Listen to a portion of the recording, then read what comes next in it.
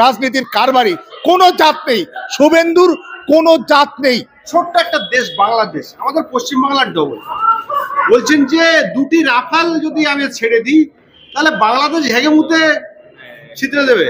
বাংলাদেশের বিএনপি পার্টির নেতা উল্টো বলেছে যদি আমরা ঢাকাতে লুঙ্গি ছেড়ে দিই দিল্লি কিন্তু কেঁপে যাবে। আসলে এইসব কথা কোনোটাই কাম্য নয়।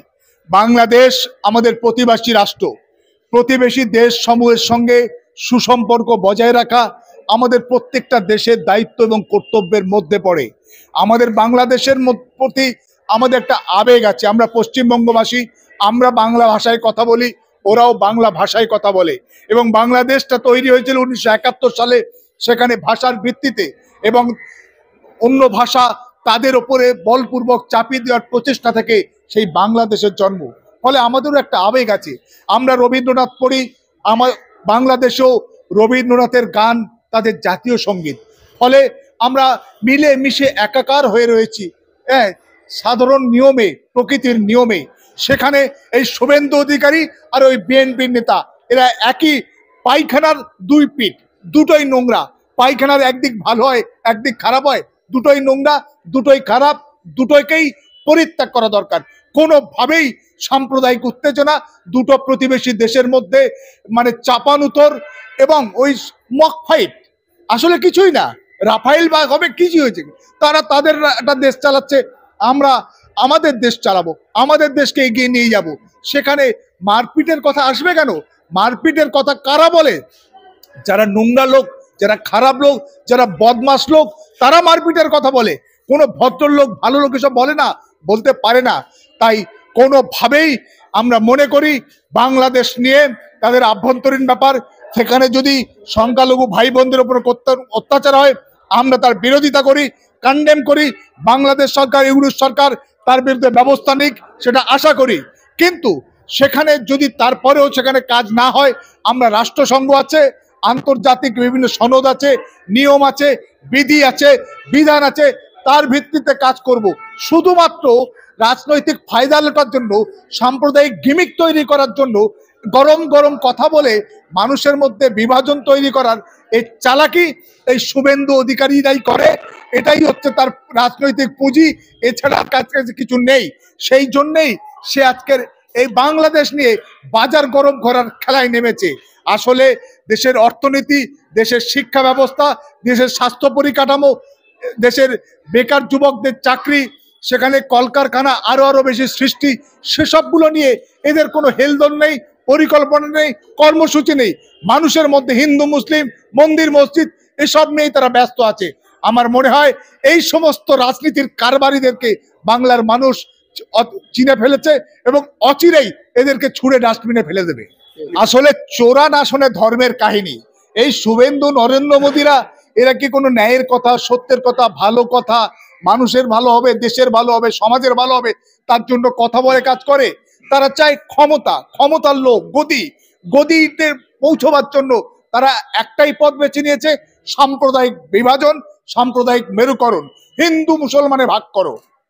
এবং এই রাস্তা ধরেই তারা এগোতে গিয়ে তারা কিন্তু আজকের আমার দেশ মণিপুরে প্রায় বছর আধিক সময় ধরে সেখানে শত শত মানুষ সেখানে কিভাবে নির্বিচারে খুন হয়ে যাচ্ছে, মহিলাদেরকে কিভাবে উলঙ্গ করে রেপ করে তাদেরকে প্যারেড করানো হচ্ছে, সেখানে প্রধানমন্ত্রী যেতে পারছেন না, সেখানে দেশের স্বরাষ্ট্রমন্ত্রী যেতে পারছেন না, সেখানে তাদের সেই জাতি দাঙ্গা থামাতে পারছেন না। আজকের সেখানে সম্বলে মসজিদের তলায় সেখানে নাকি মন্দির আছে, এই অভিযোগে একবার সমীক্ষা হয়েছে, তাতে হয়নি, আরো একবার সমীক্ষা, এবং সমীক্ষা চলতেই থাকবে যতক্ষণ না পর্যন্ত সাম্প্রদায়িক উত্তেজনা, সাম্প্রদায়িক দাঙ্গা এবং সাম্প্রদায়িক হিংসা একেবারে দেশ জুড়ে বা এলাকার পর এলাকা জুড়ে ছড়িয়ে না পড়ে, ততক্ষণ পর্যন্ত তাদের এই মসজিদের তলায় মন্দির খোঁজার সিলসিলা জারি থাকবে। এবং সেই কারণে আজকের আমাদের রাজ্যের যে বিরোধী নেতা শুভেন্দু অধিকারী, যাকে মমতা ব্যানার্জি তৃণমূল কংগ্রেস সুপ্রিমো, যাকে তার রাজনৈতিক পরিচয় দিয়েছে, তাকে এমএলএ করেছে, তাকে এমপিও করেছিল, এবং তার বাবা এই তৃণমূলে এমপি ছিলেন, তার ভাই এমপি ছিলেন, তার ছোট ভাই পর্যন্ত সেখানে পুরসভার চেয়ারম্যান ছিলেন। সমস্ত পরিবারটাই হচ্ছে এই তৃণমূল কংগ্রেস থেকে উঠে এসছে বা কংগ্রেস থেকে উঠে এসে তারা সেখানে তাদের রাজনৈতিক পরিচয়, রাজনৈতিক গ্রহণযোগ্যতা বা তাদের যে সমস্ত রকম প্রতিষ্ঠা দিয়েছে কংগ্রেস, তৃণমূল কংগ্রেস, সেই তাদের বুকে ছুরি মেরে ক্ষমতায় আরো পাবো, আরো উঁচু উঠবো, আরো মুখ্যমন্ত্রী হব, এই দিবা স্বপ্ন দেখতে গিয়ে শুভেন্দু এবং একই সঙ্গে সারদা এবং নারদায় চিটফান্ডে তার যে ধরা পড়ার জন্য সিবিআই যাতে ওকে গ্রেপ্তার না করে, ইডি যাতে গ্রেপ্তার না করে, সেখান থেকে বাঁচার জন্য অমিত শাহর পায়ে পড়ে বিজেপিতে চলে গিয়েছে এবং সেখানে গিয়ে সে রাত দিন সকাল সন্ধে শুধু হিন্দু মুসলমান আর সাম্প্রদায়িক উত্তেজনা, সাম্প্রদায়িক প্রচারণা, সাম্প্রদায়িক বিভেদ ছড়াবার জন্য তার দিন রাত সে চেষ্টা করছে। আসলে শুভেন্দু তার ভারসাম্য অনেকটাই নষ্ট হয়ে গেছে বলে মনে হয়, হয়তো কয়েকদিন পরে সে পাগল না হয়ে যায় সেরকম একটা আশঙ্কা অনেকেই করছে। আপনারা দেখেছেন এটা মিডিয়াতে ছড়িয়ে পড়েছে, সোশ্যাল মিডিয়ায় তো ভাইরাল, যে কে তাকে চোর বলেছে। চোরকে চোর বললে যে এত রেগে যায় সেটা কে না জানে। তা সেই চোরকে চোর বলেছে, শুভেন্দু সেই পাবলিকের পায়ের জুতো গুলে সে পাবলিকের পেছনে দৌড়ে যাচ্ছে। তার যে কেন্দ্রীয় বাহিনী ঘেরাটোপে আছে, সে কেন্দ্রীয় বাহিনী তাকে থামাচ্ছে, দাদা করবেন না করবেন না। আসলে কেন্দ্রীয় বাহিনীর ঘোরাটোপে থেকে শুভেন্দুরা বড্ড বড় বড় গা ফুলে মস্তানি করছে, দাদাগিরি করছে, কিন্তু কেন্দ্রীয় বাহিনীর ঘোরাটোপ থেকে বেরিয়ে এসে সবার একটা সময় বলছে, কদিন আগে বলছিল মুসলমানদের নাকি উল্টো করে ঝুলিয়ে সোজা করে দেবে, যেমন নাকি ওই যোগী আদিত্যনাথ উত্তরপ্রদেশে করেছে। আসলে চালাকি, যদি এই সমস্ত বড় বড় কথা, এই সমস্ত মস্তানি সুলভ কথা কেন্দ্রীয় বাহিনীর ঘেরাটোপে থেকে বলা যায়, কেন্দ্রীয় বাহিনী ছেড়ে দিয়েছে সাধারণ পাবলিকের মধ্যে থেকে, বলো তো দেখি বাবা তোমার কত জোর, কতটা তুমি পারো, কতটা কোন মায়ের দুধ খেয়ে এসছো। বাংলার মানুষ দেখে নিত, বাংলার মানুষ বুঝে নিত কে কাকে সোজা করে দেয়, সোজা করে দিতে পারে। উনি বলছেন 26-এ যদি বিজেপি ক্ষমতা আসে তাহলে কিন্তু ওই আসামের মতো এখানেও উত্তরপ্রদেশের মতো গোমাংস খাওয়া বন্ধ করে দেবে। আসলে স্বপ্ন দেখতেই পারে, আসামে যেটা সম্ভব হয়েছে বা উত্তরপ্রদেশ হয়েছে বলে এই বাংলায় হবে, এটা কিন্তু স্বপ্ন দেখা বৃথা। 2021-এ প্রধানমন্ত্রী নরেন্দ্র মোদী, অমিত শাহ তারা ডেলিগেশন জারি করেছে, দিনের পর দিন তারা একেবারে 294-এর মধ্যে 200-র বেশি আসনে পেয়ে তারা ক্ষমতা দখল করতে চলেছে। সমস্ত মিডিয়া একযোগে লেগে পড়েছিল, সমস্ত মিডিয়া তাদের সমস্ত রকম সমীক্ষায় বিজেপি ক্ষমতায় আসছে এই বাংলায় সবকিছু দেখিয়েছিল, কিন্তু না, বাংলার মানুষ অতটা সাম্প্রদায়িক নয়, বাংলার মানুষ সচেতন মানুষ, বাংলার মানুষ, এই বাংলাটা হচ্ছে রবীন্দ্রনাথের বাংলা, এই বাংলা হচ্ছে কাজী নজরুল ইসলামের বাংলা, এই বাংলা হচ্ছে বেগম রোকেয়ার বাংলা। ফলে এই বাংলায় সাম্প্রদায়িক শক্তি, বিভেদকামী শক্তির ঠাঁই নাই। তাই 2026-এ শুভেন্দুর বা বিজেপির বা আরএসএস এর এই বাংলায় ক্ষমতা আসার ন্যূনতম কোনো সম্ভাবনা নেই, তারা জানতে পেরেছে, বুঝতে পেরেছে। তাই অমিত শাহ, নরেন্দ্র মোদী এই বাংলায় আসা অনেকটাই কমিয়ে দিয়েছে। আপনারা জানেন সব জায়গায় বেরিয়েছে, ওই নাকি 1 কোটি সদস্য তৈরির জন্য বিজেপিকে টার্গেট দিয়েছিল বিজেপির কেন্দ্রীয় আপনার কমিটি, কিন্তু দেখা যাচ্ছে তার নাকি ওই মিস কল দিয়ে সব চালাকি 27 লক্ষ নাকি হয়েছে, 1 কোটির জায়গায় 27 লক্ষ, অর্থাৎ 27%, 73% ফেল, এবং এই 27-এর মধ্যে কতটা জল মেশানো তারও ঠিক নেই। ফলে এই বিজেপি, এই আরএসএস কে বাংলার মানুষ চায় না, বাংলার মানুষ 21-এ ছুড়ে ফেলে দিয়েছে এবং তারপরে পরে লোকসভা ইলেকশনে আরো পর্যুদস্তু হয়েছে এবং তারপর উপনির্বাচনে তারা সমস্ত ধুয়ে মুছে সাফ হয়ে গেছে এবং 26-এ তারা মানে প্রধান বিরোধী দল থাকতে পারবে কিনা সেটা ওটা আশঙ্কা তৈরি হয়েছে।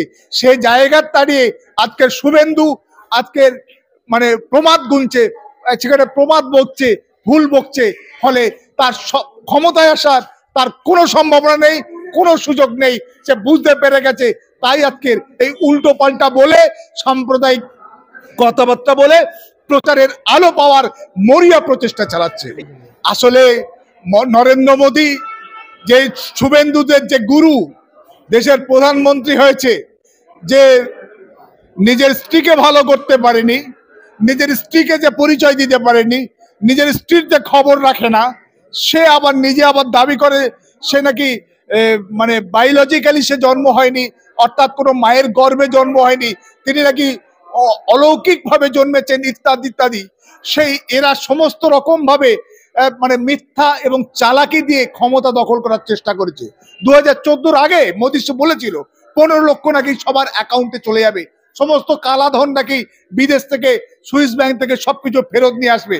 কিন্তু আপনারা কেউ কি পেয়েছেন? দেশের কোনো মানুষ পেয়েছে? অনেক কিছু প্রতিশ্রুতি দিয়েছিল, বছরে 2 কোটি বেকারের চাকরি দেবে, বছরে কেন 10 বছরে কি 1 কোটি মানুষের চাকরি দিতে পেরেছে?